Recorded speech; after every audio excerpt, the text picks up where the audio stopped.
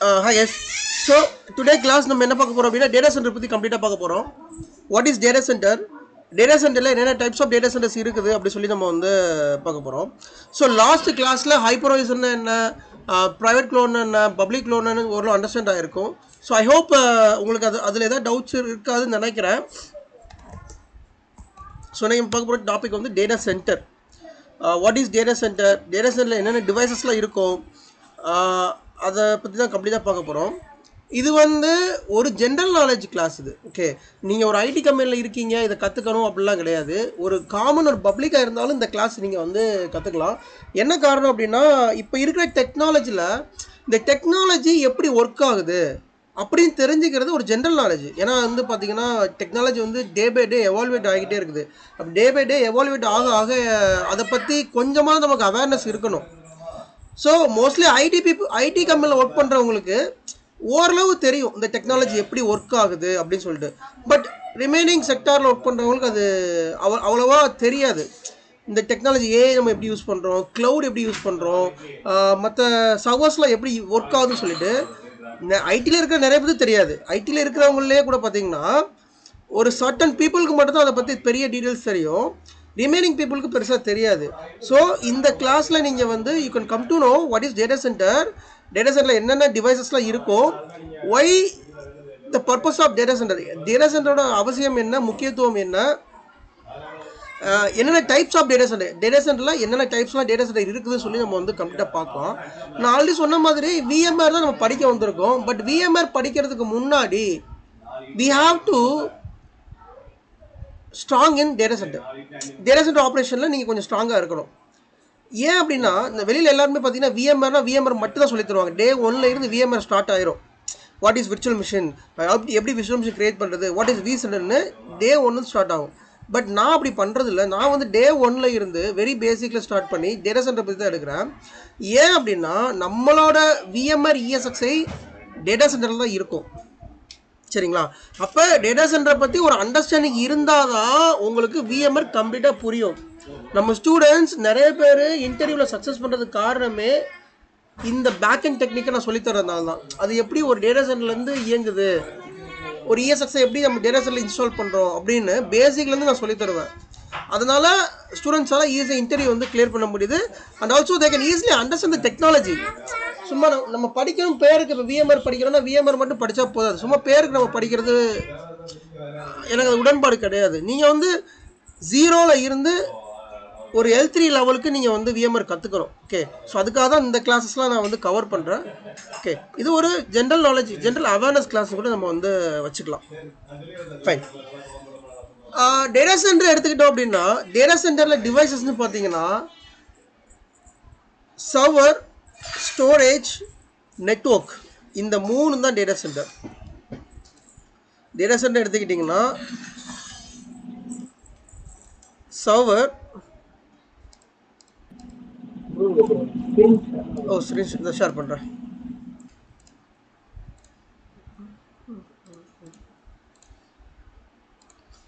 So server, storage,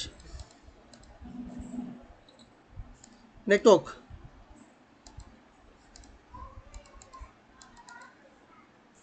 இந்த 3ம் கலந்தது தான் டேட்டா சென்டர். டிசின்னு சொல்லுவோம். டிசி அப்படிங்கிறது டேட்டா சென்டர் வந்து மீன் பண்ணும்.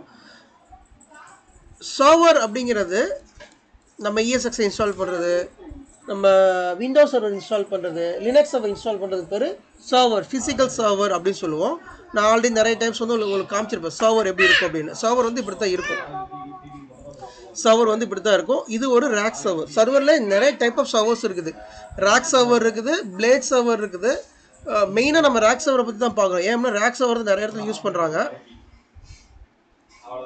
ஸோ மோஸ்ட்லி சர்வரை பொறுத்த வரைக்கும் Dell, HP, Cisco, Fujitsu, super micro இதெல்லாம் யூஸ் பண்ணுவாங்க.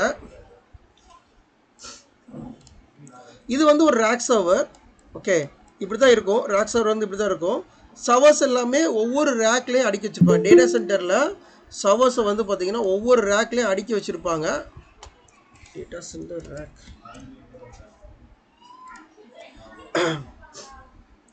டேட்டா சென்டரில் பார்த்தீங்கன்னா ரேக் வந்து இப்படி தான் இருக்கும்.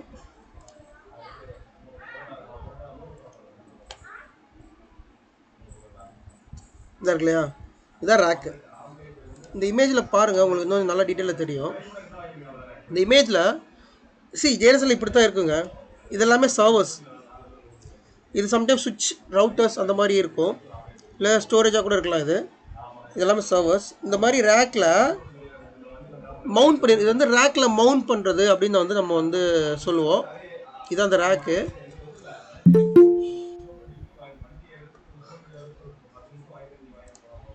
இந்த ரேக் சைஸ் பார்த்தீங்கன்னா 42U சொல்லுவோம். 42U மீன்ஸ் அதில்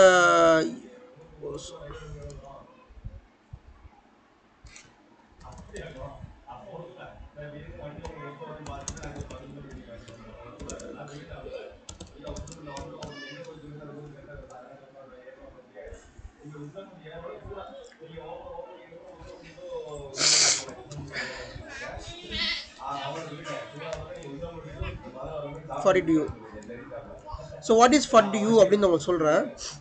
இப்போ நம்ம ஒரு ரேக் எடுத்துக்கிட்டோம்னு வச்சுக்கோங்களேன்.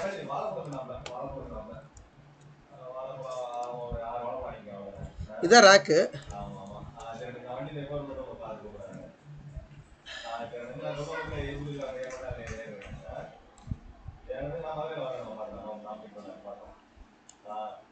இப்படி தான் ரேக் இருக்கும்.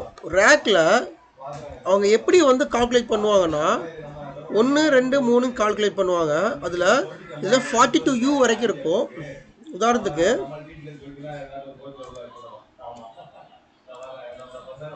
ரொம்ப பேசிக் திங், யாருக்குமே தெரிஞ்சிருக்காது. இதெல்லாம் தெரிஞ்சுக்கிட்டிங்கன்னா உங்களுக்கு ஒரு நாலேஜாக இருக்கும். இது நமக்கு அவுட் ஆஃப் டாபிக் தான். இப்போ நான் அந்த கிளாஸ் எதுவுமே கூட நமக்கு அவுட் ஆஃப் டாபிக் தான். பட் தெரிஞ்சிருந்தால் உங்களுக்கு இன்னும் கொஞ்சம் பெட்டராக டேட்டா சென்டர் பெட்டராக நாலேஜ் இருக்கும். இதை யாருமே டேட்டா சென்டரை பற்றி கவர் பண்ணுறது இல்லை. பட் டேட்டா சென்டர் ரொம்ப ரொம்ப முக்கியமான ஒரு பார்ட் என்னை பொறுத்த வரைக்கும். இது ரேக்னு வச்சுக்கோங்க. இந்த ரேக்கோட சைஸ் வந்து பார்த்தீங்கன்னா 42U. 1U is equal to 1.75 inch.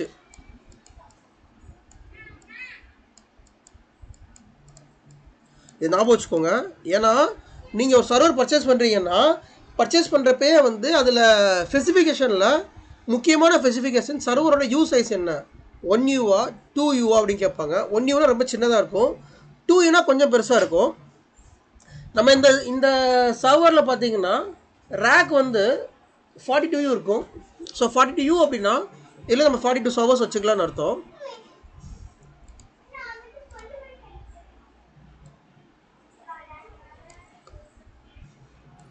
So maximum எத்தனை யூ வரும்? அப்போ எல்லாமே 1U இல்லை 2U தான் இருக்குமா, இல்லை அதோட பெருசாக கூட இருக்குமா?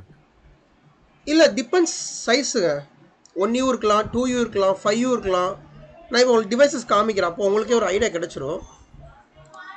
Okay okay. இல்லை பட் அதாவது எப்படி சொல்றது, ஒரு நார்மல் ஒரு இது வந்து இதான் மாடரேட்டாக தான் இருக்கும் அப்படின்னு அந்த மாதிரி அப்படிலாம் கிடையாது. டிஃபால்ட்டாக இப்படி தான் இருக்குன்னு கிடையாது. இப்போ நீங்கள் ஒரு சர்வர் பர்ச்சேஸ் பண்ணுறீங்க, ஒன்றும் இல்லை. இப்போ நான் வந்து HP ProLiant சர்வர்னு போடுறேன். HP ProLiant அப்படிங்கிறது ஒரு data center server, DL380 Gen 9. Okay, U சைஸ்ன்னு போடுறேன்.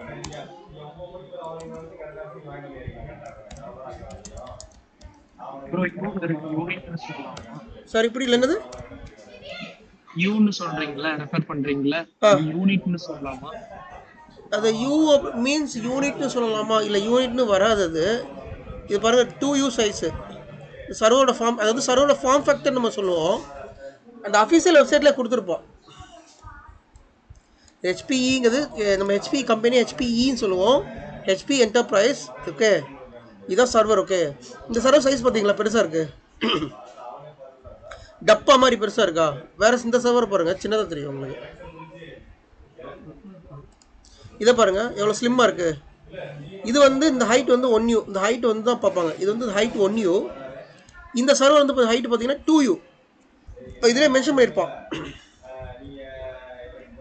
ஸ்பெசிஃபிகேஷன்லயே. ஹைட் தான் நீங்க மென்ஷன் பண்றீங்க.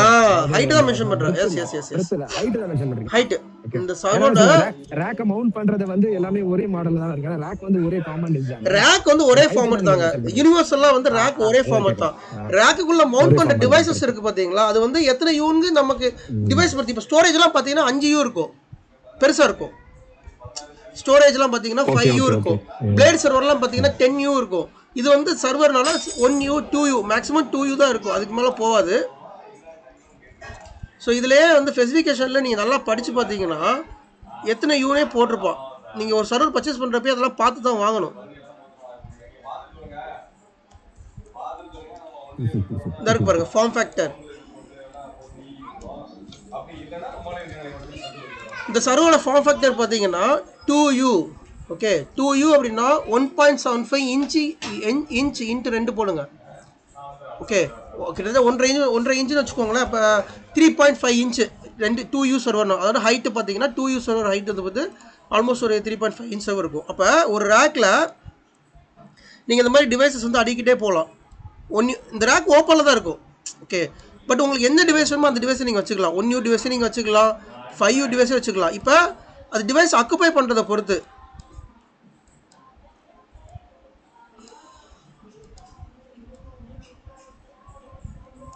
இந்த மாதிரி டிவைஸில் ரேக்கை நீங்கள் அடிக்க வச்சுட்டே போகலாம்.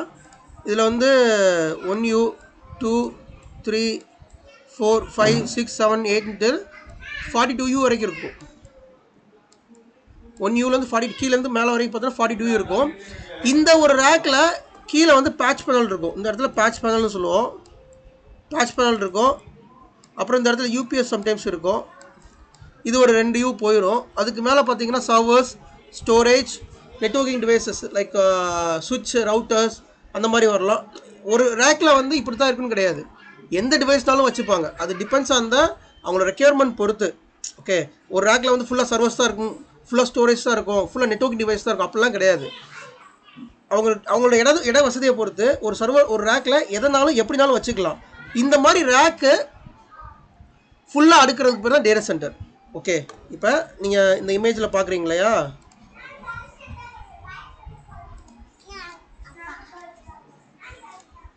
இதுதான் டேட்டா சென்டர்ஸ்.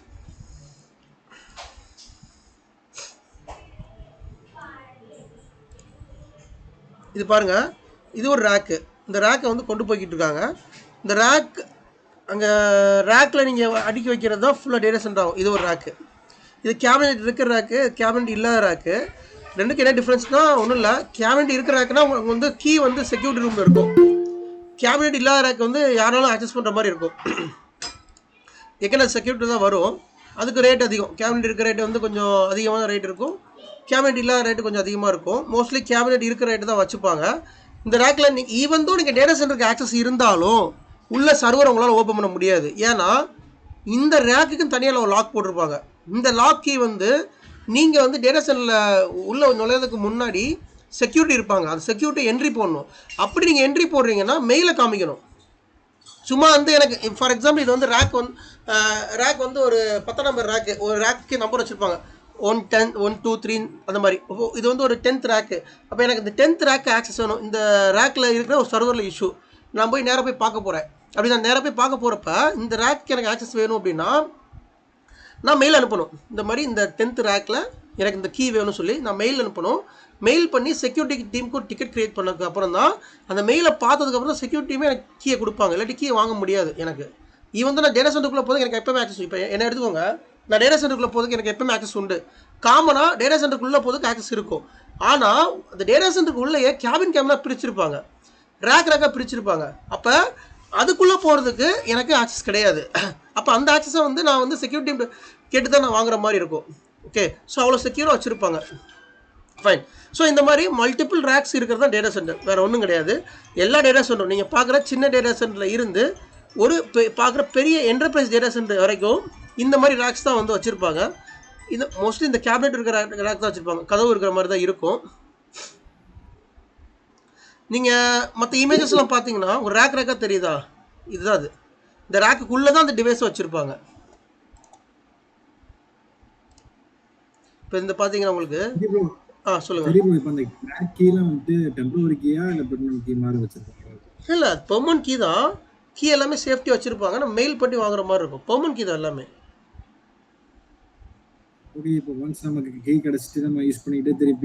கொடுத்துறானுங்க.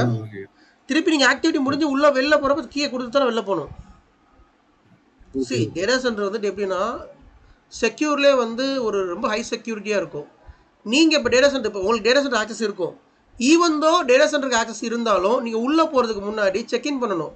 உங்களோட மெட்டல் டிடெக்டரை வச்சு செக் பண்ணுவாங்க. செக் பண்ணிவிட்டு பென் ட்ரைவ், யூஎஸ்பி, அப்புறம் உங்ககிட்ட வேறு எதுவும் இருக்கக்கூடாது. ஓகே, தென் அதுக்கப்புறமா என்ன பர்பஸ்க்காக டேட்டா சென்டருக்கு உள்ளே போகிறீங்கன்னு சொல்லிட்டு தான் போகணும்.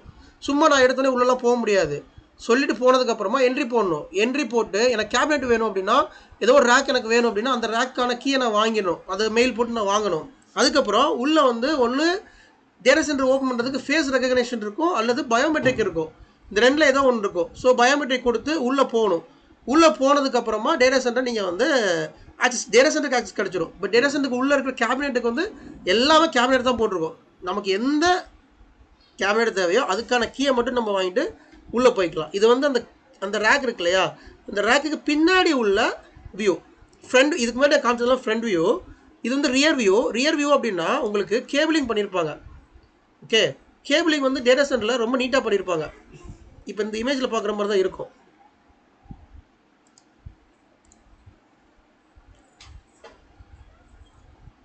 இந்த இருக்கு இல்லையா, இது பர்ஃபெக்டான கேபிளிங். இதுக்கு பேர்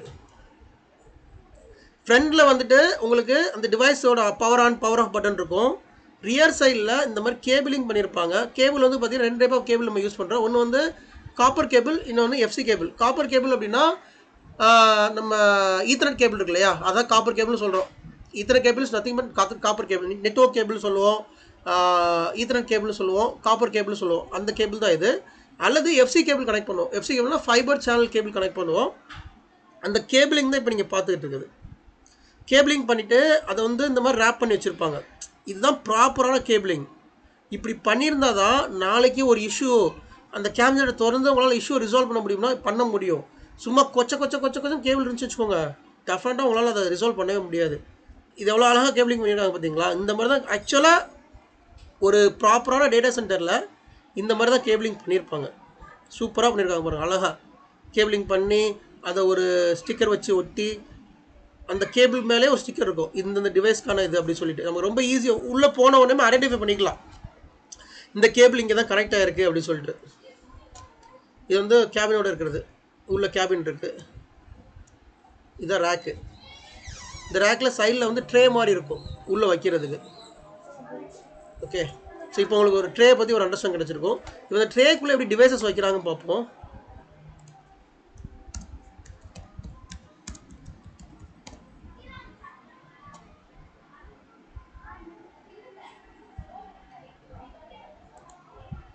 இது வந்து ஒரு சர்வரை வந்து ரேக்கில் மவுண்ட் பண்ணுறாங்க. இதுக்கு பேர் மவுண்டிங்னு பேர். Racking your பவரேஜ் R730 server. யூடியூப்பில் இவன் யார் வீடியோ போட்டிருக்கா, டெல்லே அஃபிஷியலாக போட்டிருப்பான். டெல்லில் வந்துட்டு சூப்பராக வீடியோ நிறையா போட்டிருப்பான். அதை நீங்கள் பார்த்துக்கலாம் எப்படி ரேக்கில் மவுண்ட் பண்ணுறாங்கன்னு சொல்லிட்டு. இந்த இருக்கு இல்லையா, இது இல்லை, இந்த மாதிரி ட்ரே இருக்குங்க. சைடில் வந்து இந்த மாதிரி கிளாம்ப் இருக்கும். இதில் போட்டிருக்கேன் பாருங்கள். இந்த மாதிரி சைடில் வந்து கிளாம்ப் இருக்கும்.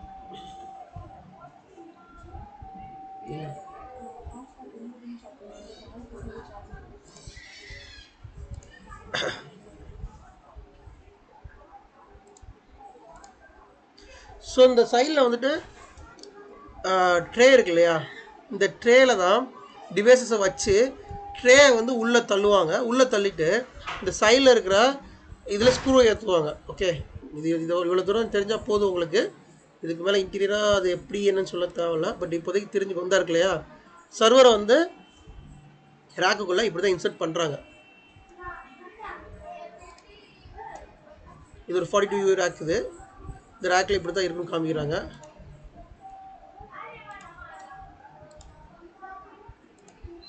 Show you how to rack your R.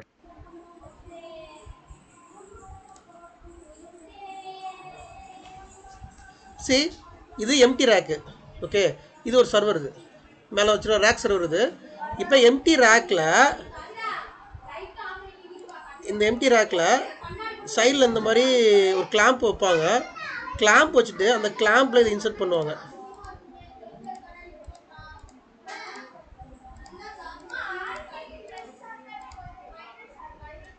இப்போ பார்த்தீங்களா, கேப் இருக்கும். 2 சர்வருக்கு இடையில இந்த மாதிரி கேப் இருக்கும்.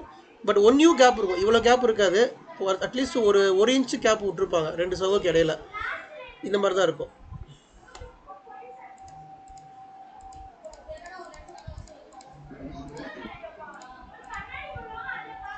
கிளாம்ப் அடிச்சதுக்கப்புறம் ஒரு ட்ரே இருக்கும். அந்த ட்ரேலேருந்து உள்ளே தள்ளுற மாதிரி இருக்கும். அதில் அந்த டிவைஸ் வச்சு உள்ளே தள்ளுவாங்க. இது வந்து ஒரு 2U சர்வர். பார்த்தாலும் உங்களுக்கு தெரியும், பெருசாக தெரியும். டெல் சர்வர் இது.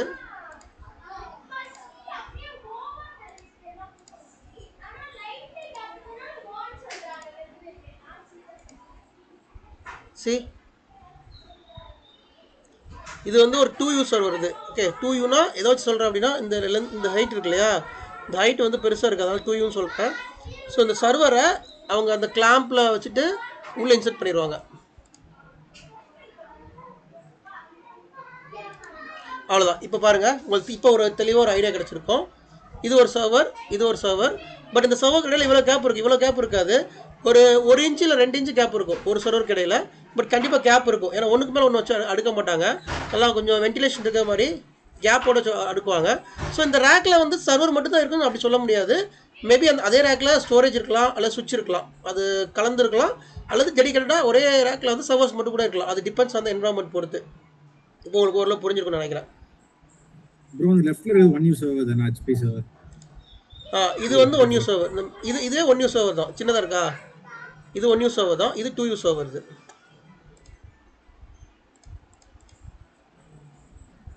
நியர்பை ரேக்ல இருக்கு லெஃப்ட் சைடுல. அது 1U தான். 1U சர்வர் தான். இதே வீடியோ காமிக்கிறேன்னா உங்களுக்கு இதை வந்து ப்ராக்டிக்கலாக காமிக்க முடியாது. அண்ட் ஆல்சோ நீங்கள் பார்த்துருக்க மாட்டீங்க. மோஸ்ட்லி 99% இதில் நீங்கள் பார்த்துருக்க வாய்ப்பே கிடையாது. ஏன் அப்படின்னா டேட்டா சென்டர் நானே இப்போ ஒரு லாஸ்ட் ஒரு என்னோடய கெரியர்லேயே ஒரு லாஸ்ட் ஒரு 4-5 இயர்ஸாக தான் நானே டேட்டா சென்டர் பார்த்துருக்கேன். அதுமாதிரி டேட்டா சென்டர் நான் பார்த்தது கிடையாது. எந்த இன்ஜினியராலும் கேளுங்க, நீங்கள் வந்து ஐடியில் வேலை பார்க்க யாராலும் கேளுங்க, டேட்டா சென்டர் அவங்க பார்த்துக்கவே மாட்டாங்க. ஏன் அப்படின்னா டேட்டா சென்டர் வந்து சேம் லொக்கேஷனில் இருக்காது, எங்கேயாவது சம் டிஃப்ரெண்ட் லொக்கேஷனில் இருக்கும். இது வந்து data centre rack for பவரேஜ் T640 அப்படிங்கிறது ஒரு சர்வர். இது பார்த்தீங்கன்னா 5U சர்வர். இது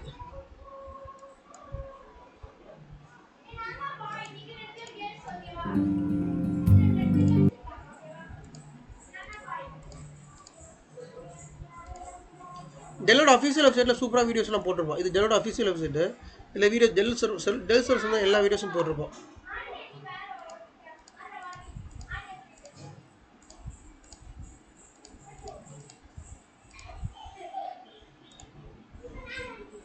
இந்த ஸ்க்ரூ ஏற்றுறாங்களா, ஏற்றிட்டு உள்ளே தள்ளிடுவாங்க. இது வந்து பார்த்திங்கன்னா ஒரு 5U இருக்கும். இந்த சர்வர் வந்து ஒரு 5U இருக்கும். Okay fine. ஸோ டேட்டா சென்டரில் டிவைசஸ்லாம் உங்களுக்கு இந்த மாதிரி தான் இருக்கும். முக்கியமாக என்ன டிவைசஸ் இருக்கும் அப்படின்னா servers, storage, networking devices. So சர்வர்ஸை பொறுத்த வரைக்கும் 2 டைப் ஆஃப் சர்வர்ஸ் இருக்குது. ஒன்று வந்து பிளேட் சர்வர், இன்னொன்று ரேக் சர்வர். பிளேட் சர்வர் அப்படிங்கிறது பெரிய சூட்கேஸ் சைஸில் இருக்கும். உதாரணத்துக்கு பிளேட் சர்வர்லாம் பார்த்தீங்கன்னா 5U இருக்கும். ஓகே, இந்த இமேஜ் உங்களுக்கு பாருங்கள். இது பிளேட் சர்வர், இது வந்து ரேக் சர்வர். இந்த ரெண்டுக்கு என்ன டிஃப்ரென்ஸ் சொல்லி நான் தனியாக உங்களுக்கு சொல்கிறேன். இப்போ ஞாபகம் வச்சுக்கோங்க. இது பாருங்கள், இந்த பெரிய பாக்ஸ் மாதிரி இருக்குல்லையே, இது பிளேட் சர்வர். இது இருக்கிறது வந்து ரேக் சர்வர்.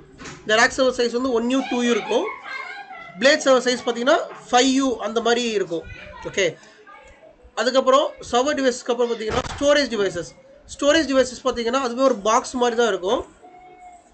அந்த ஸ்டோரேஜில் தான் வந்து நம்மளோட டேட்டா எல்லாமே ஸ்டோர் ஆகுது. சான் ஸ்டோரேஜ், அது வந்து முக்கியமாக சான் ஸ்டோரேஜ், டேட்டா சென்டர் ஸ்டோரேஜ்னு சொல்லுவோம்.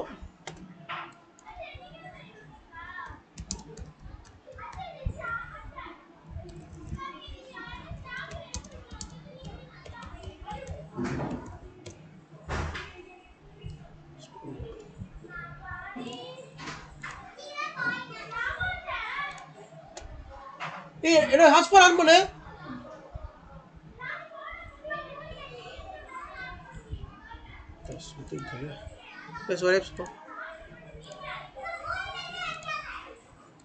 ஓகே எஸ், ஸ்டோரேஜ் பற்றி பார்த்துக்கிட்டு இருக்கோம். இப்போ சர்வர்ஸ் பற்றி பார்த்தோம். சர்வர்ஸ்லாம் வந்து பார்த்தீங்கன்னா 1U 2U இருக்கும். ஸ்டோரேஜ் பார்த்தீங்கன்னா அது கொஞ்சம் டிஃப்ரென்ஸாக இருக்கும். கொஞ்சம் சிமிலராக ஸ்டோரேஜும் சர்வரும் கொஞ்சம் சிமிலராக இருக்கிற மாதிரியே தோணும். இப்போ இது வந்து டெல் பவரேஜ் சர்வர். ஓகே, இது வந்து டெல் பவரேஜ் R450 சர்வர். இந்த சர்வரோட ஃப்ரண்ட் வியூ இது.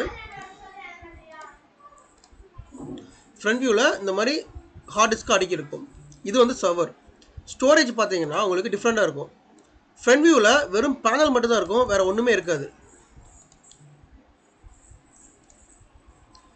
ஃப்ரண்ட் வியூவில் வேறு ஹார்ட் டிஸ்க் அடுக்கி இருப்பாங்க. ஸ்டோரேஜுக்கு உள்ளே என்ன இருக்கும்னா ஹார்ட் டிஸ்க் தான் இருக்கும். சரிங்களா? Storage is nothing but collection of hard disk. அதை நீங்கள் நல்லா புரிஞ்சுக்கோங்க. நம்ம ஸ்டோரேஜ்னு சொல்கிறோம்ல, அந்த ஸ்டோரேஜுக்கு உள்ள ஒரு 60 ஹார்ட் டிஸ்க்கு, 100 ஹார்ட் டிஸ்க்கு அந்த மாதிரி இருக்கும். அப்பா இதில்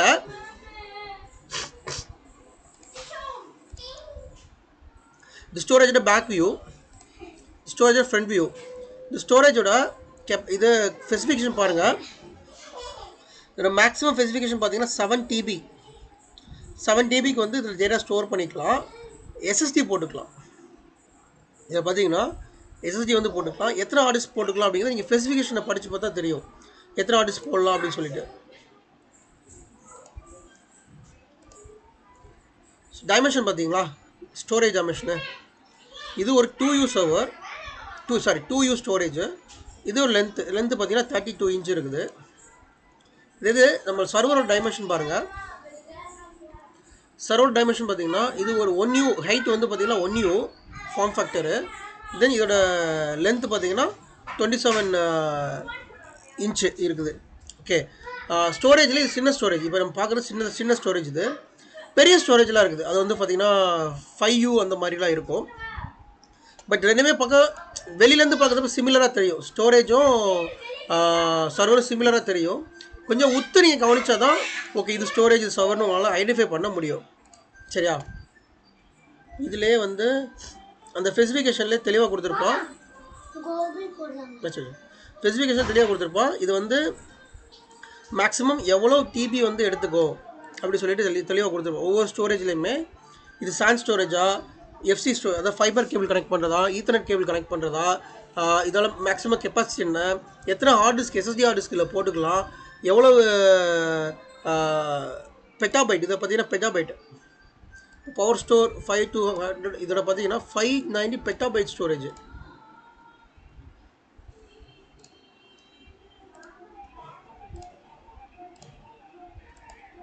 இதுவே 2U தான். இதில் வந்து பார்த்தீங்கன்னா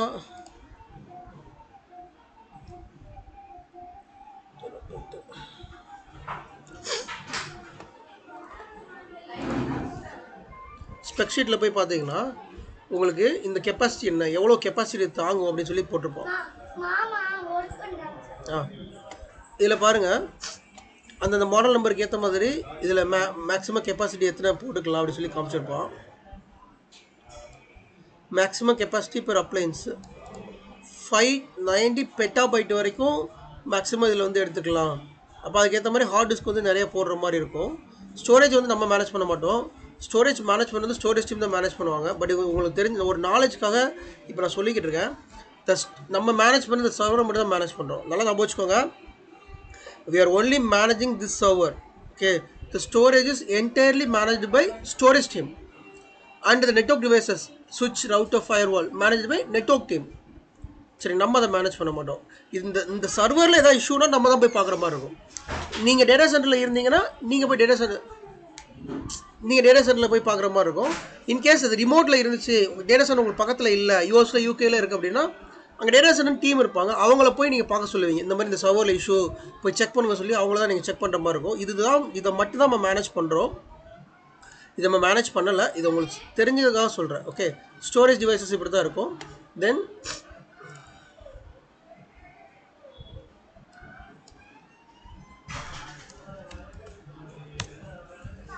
சுவிட்சு, இது பார்த்தீங்கன்னா ஒரு சுவிட்ச்லேயே வந்துட்டு ஃபைபர் கனெக்டிவிட்டி இருக்குது, எஃப்சி சான் கனெக்டிவிட்டி இருக்குது. இந்த சுவிட்ச் பார்த்தீங்கன்னா நெட்வொர்க் டிவைசஸ் பொறுத்த வரைக்கும் சுவிட்ச், ரவுட்டர், ஃபயர்வால் இந்த 3 டிவைஸ் இருக்கும். சுவிட்சை ரவுட்டரை மேனேஜ் பண்ணுறது நெட்வொர்க் டீம், ஃபயர்வாலை மேனேஜ் பண்ணுறது firewall team. There is a separate team. See, data சென்டரை பொறுத்த வரைக்கும் ஒவ்வொன்றுக்கும் ஒவ்வொரு டீம் இருப்பாங்க. எல்லாமே மொத்தமாக ஒரு ஆள் பார்ப்பாங்கன்னு சொல்ல முடியாது. ஓகே,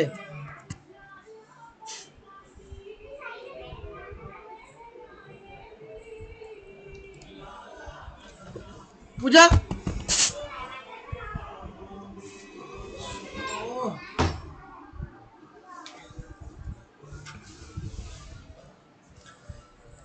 இது பாருங்க, இது ஒரு ஈத்தர்நெட் சுவிட்ச்.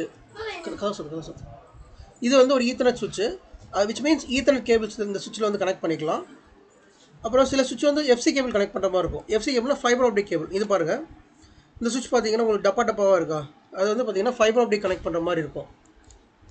இது வந்து ஈத்தர்நெட் சுவிட்ச்.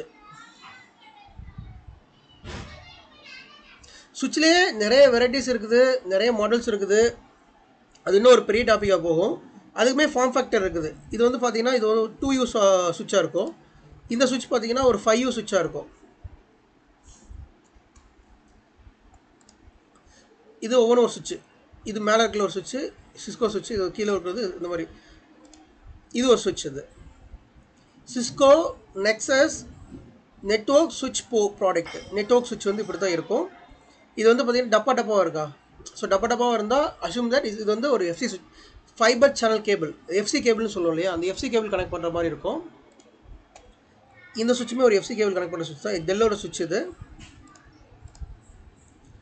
இது வந்து டெல் பவர் சுவிட்ச். இது டெல்லோட சுவிட்ச் தான் இது. ஸோ மேக்ஸிமம் சுவிட்சில் வந்து பார்த்தீங்கன்னா சிஸ்கோ,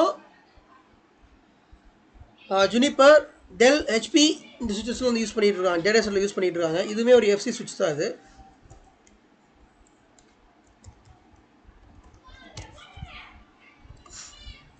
ரவுட்டர் சுவிட்சு கிட்டத்தட்ட சிமிலராக தான் இருக்கும். ரொம்ப பெரிய டிஃப்ரென்ஸ் உங்களால் கண்டுபிடிக்க முடியாது. இது ஒரு ரவுட்டர்.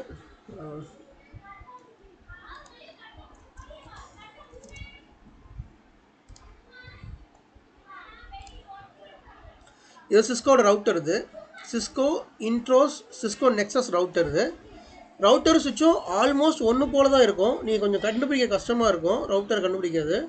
இப்போ நெட்வொர்க் டீம் பார்த்தா தெரிஞ்சிருவாங்க. நெட்வொர்க் டீம் வந்து பார்த்தோன்னே கண்டுபிடிச்சிருவாங்க இது ரவுட்டராக சுவிட்சானு அவங்க ஈஸியாக கண்டுபிடிச்சிருவாங்க. இது வந்து ஒரு சிஸ்கோ நெக்ஸஸ் ரவுட்டர். இது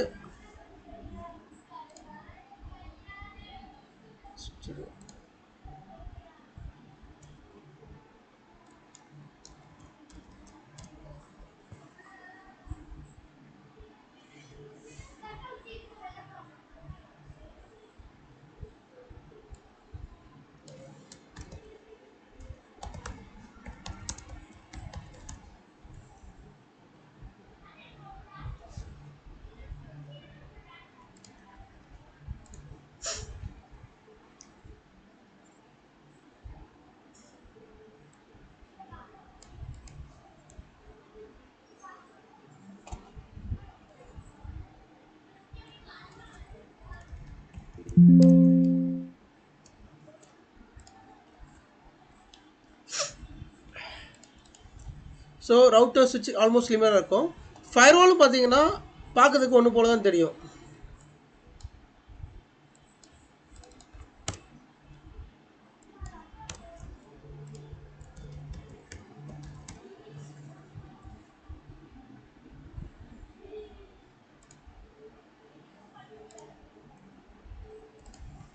இது பாருங்கள், ஃபார்ட்டிநெட் அப்படிங்கிற ஒரு கம்பெனி.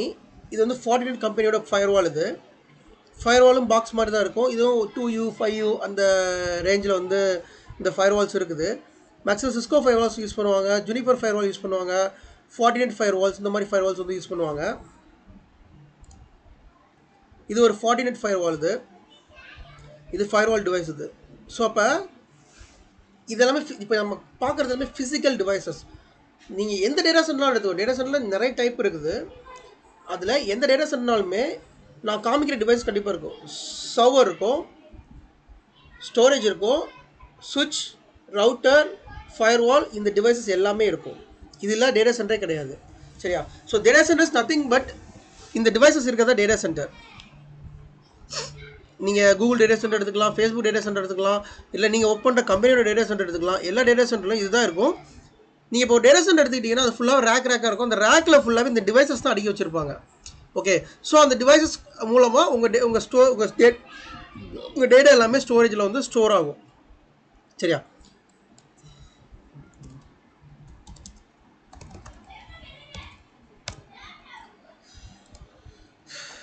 இது வந்து ஒரு கூகுளோட data centre.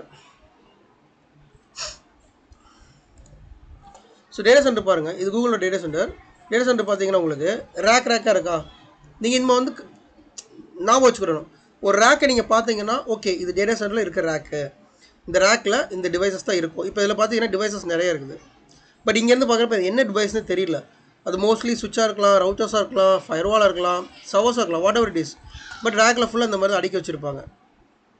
Okay, so data சென்டரில் இந்த டிவைசஸ் மெயினாக இருக்கும். சுவிட்ச், router, firewall, servers and storage இருக்கும். அதை தவிர்த்து சம் எக்ஸ்ட்ரா திங்ஸ்லாம் இருக்கும். என்னெல்லாம் இருக்கும் அப்படின்னா பவர் சப்ளை, யூபிஎஸ் இருக்கு இல்லையா, ஒரு ரேக், ஒவ்வொரு ரேக்கு ஒரு பவர் சப்ளை கொடுத்துருப்பாங்க.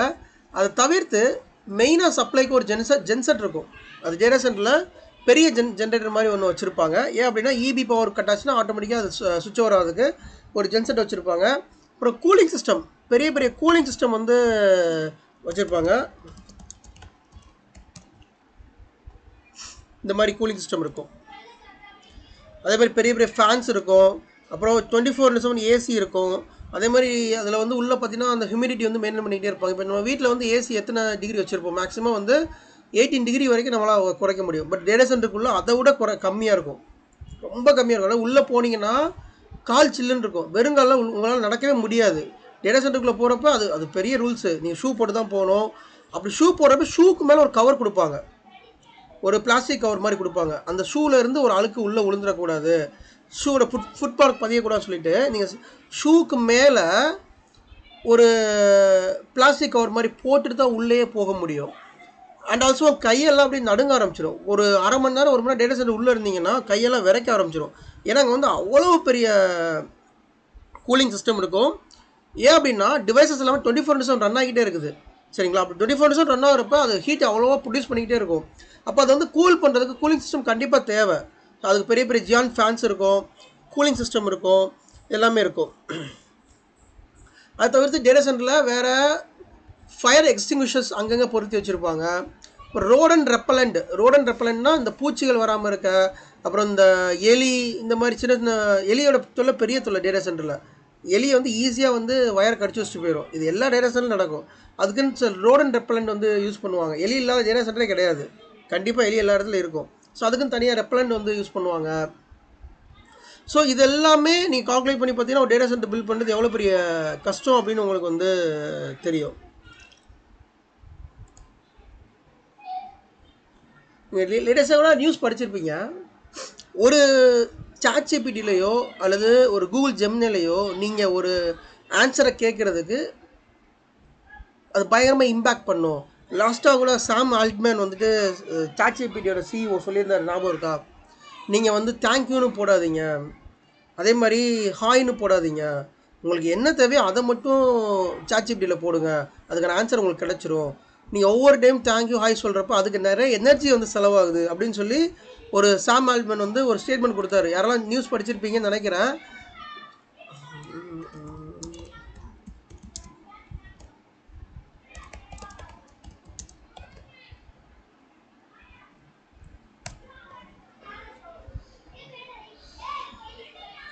Sam Altman revealed users saying please and thank you on ChatGPT cost OpenAI tens of millions of dollars annually, wasted the electricity and computing power.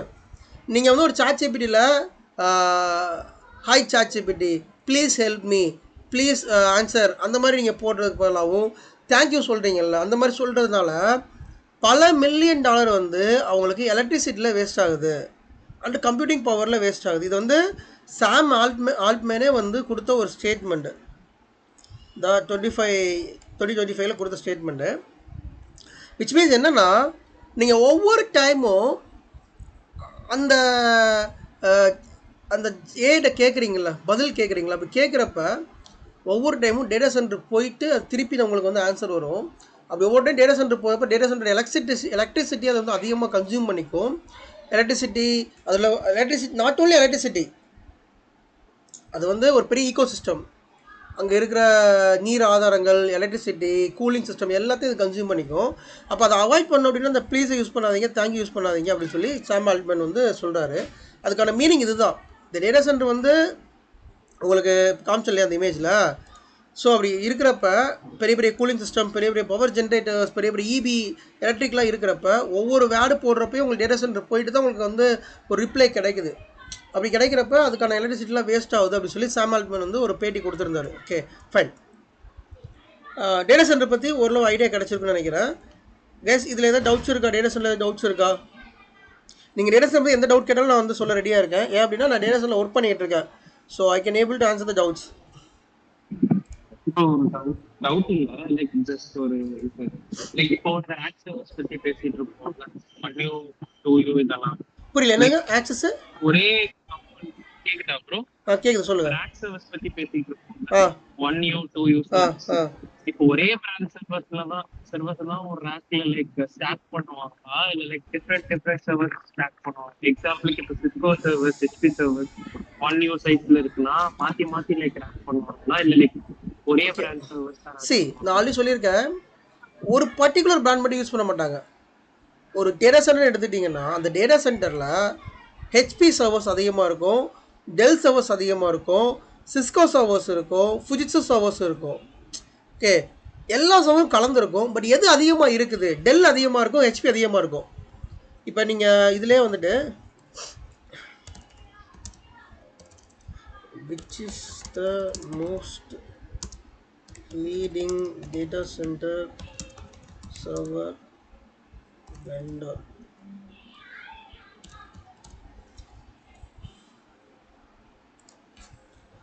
Data சென்டரை பொறுத்த வரைக்கும் Dell Technologies is currently leading vendor for the data center server market. Okay, Dell Technology first recognized for the dominant share of compute infrastructure, rack, blade server, optimized the AI storage cloud environment. அதுக்கப்புறம் பார்த்தீங்கன்னா HPE Haveled Packard Enterprise, a major player of hybrid cloud AI. அப்புறம் super micro, அப்புறம் நிறைய இருக்குது. Okay, so அதனால தான் நான் வந்து உங்களுக்கு எப்போ பார்த்தாலுமே டெல்லை பற்றி நான் சொல்லிக்கிட்டு இருக்கேன். ஏன் டெல்லை பற்றி சொல்கிறேன்னா, எல்லா டேட்டா சென்டர்லேயும் டெல்லோ ஹெச்பியோ இல்லாத சர்வர்ஸே கிடையாது. நான் வந்து சோஃபார் நிறைய கம்பெனியில் ஒர்க் பண்ணியிருக்கேன். எல்லா கம்பெனிலையுமே அது ஃபிசிக்கல் சர்வர்ஸ்னு எடுத்துட்டோம்னா டெல் ஹெச்பி இல்லாமல் சர்வர்ஸே கிடையாது. கண்டிப்பாக இருக்கும். நீங்கள் ஏஐட்ட கேட்டாலுமே அதான் சொல்லும்.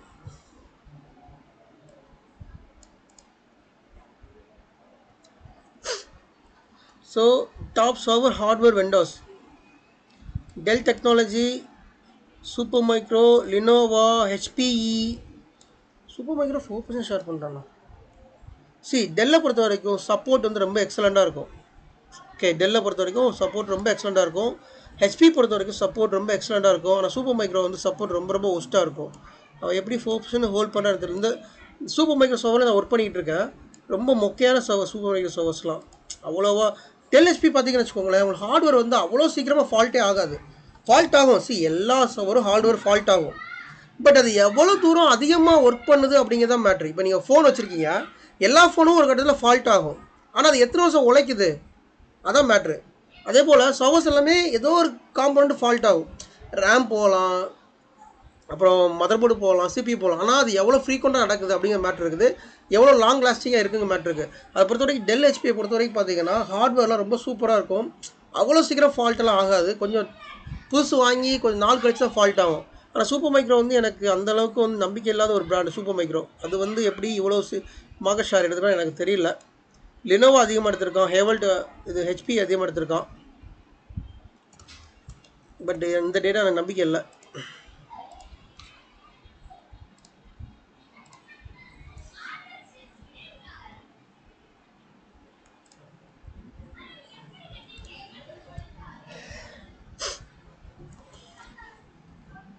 அதே மாதிரி டேட்டா சென்டரை பொறுத்த வரைக்கும் இந்தியாவில் நிறைய டேட்டா சென்டர்ஸ் இருக்குது.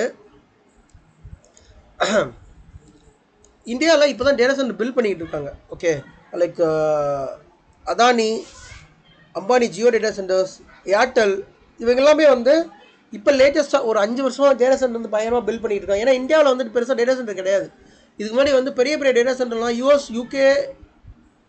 யூஎஸில் இருக்கும் அதிகமாக, அப்புறம் யூரோப்பில் அதிகமாக இருக்கும், அப்புறம் சிங்கப்பூரில் அதிகமாக இருக்கும். ஆனால் இப்போ ரீசெண்டாக ஒரு 5-10 இயர்ஸாக இந்தியாவில் அதிகமாக டேட்டா சென்டர் வந்து பில்ட் பண்ணிக்கிட்டு இருக்காங்க.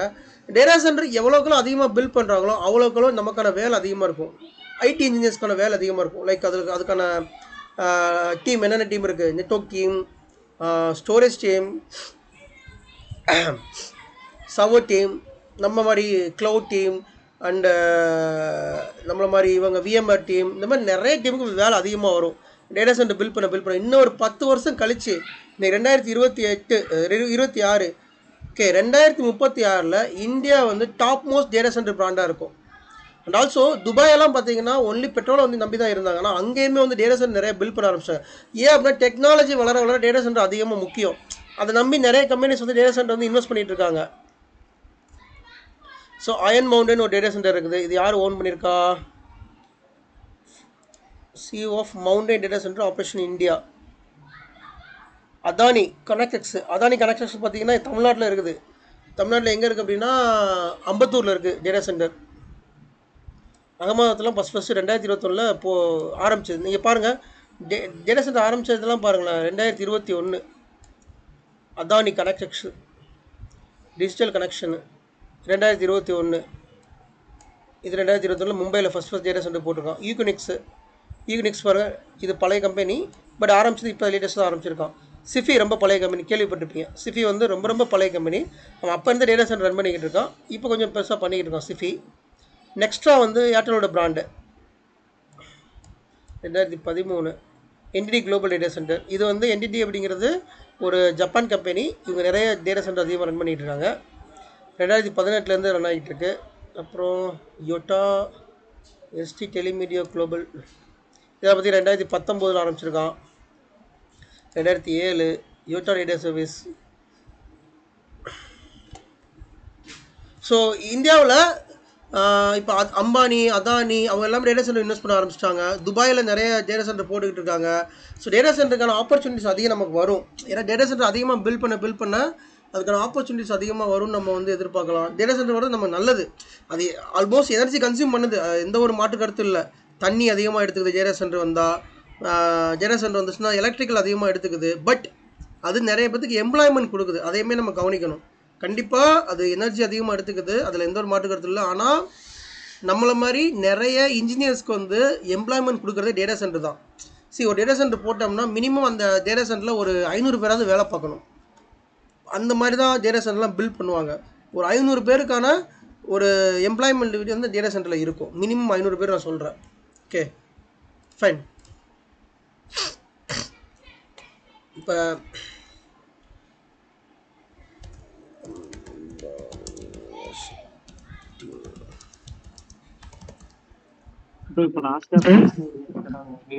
என்னதுங்க புரியல? டவுட்ஸ் இல்ல. இப்ப லாஸ்டா இப்ப நீங்க சொல்லிட்டு இருந்தீங்க டேட்டா சென்டர் ரிலேட்டடா ஃபியூச்சர் லைக் ஏஐ எந்த அளவுக்கு ப்ரோ நம்மள இம்பாக்ட் பண்ண?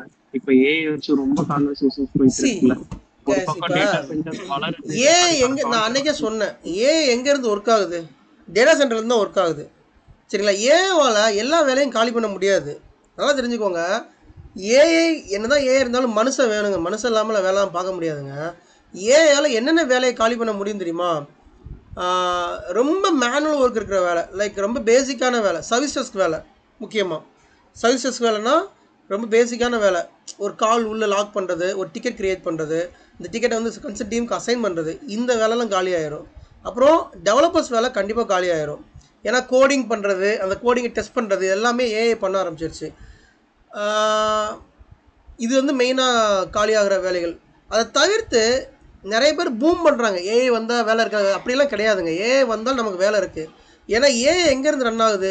ஏஐ டேட்டா சென்டர்லேருந்து தான் ரன் ஆகுது. அப்போ டேட்டா சென்டருக்கு நம்ம தேவை. அதே நெட்வொர்க் டீம் தேவை, ஸ்டோரேஜ் டீம் தேவை, க்ளவுட் டீம் தேவை, விஎம்ஆர் டீம் தேவை, எல்லோரும் தேவை.